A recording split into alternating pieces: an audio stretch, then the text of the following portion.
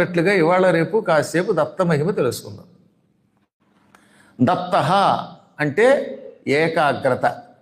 దత్త చిత్తత అనగా ఏకాగ్రమైన ఇవ్వబడిన చిత్తము కలిగినవాడు.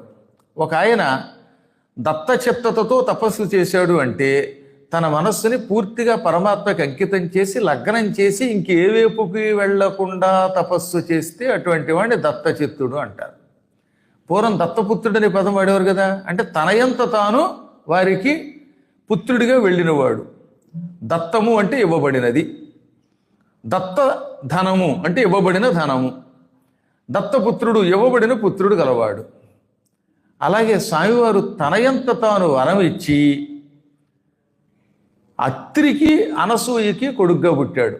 అందుకని అత్రి కొడుకు గనక ఆత్రేయ, తనయంత తాను కావాలని అక్కడికి దత్తుడై వెళ్ళాడు గనక దత్త ఆత్రేయ దత్తాత్రేయ.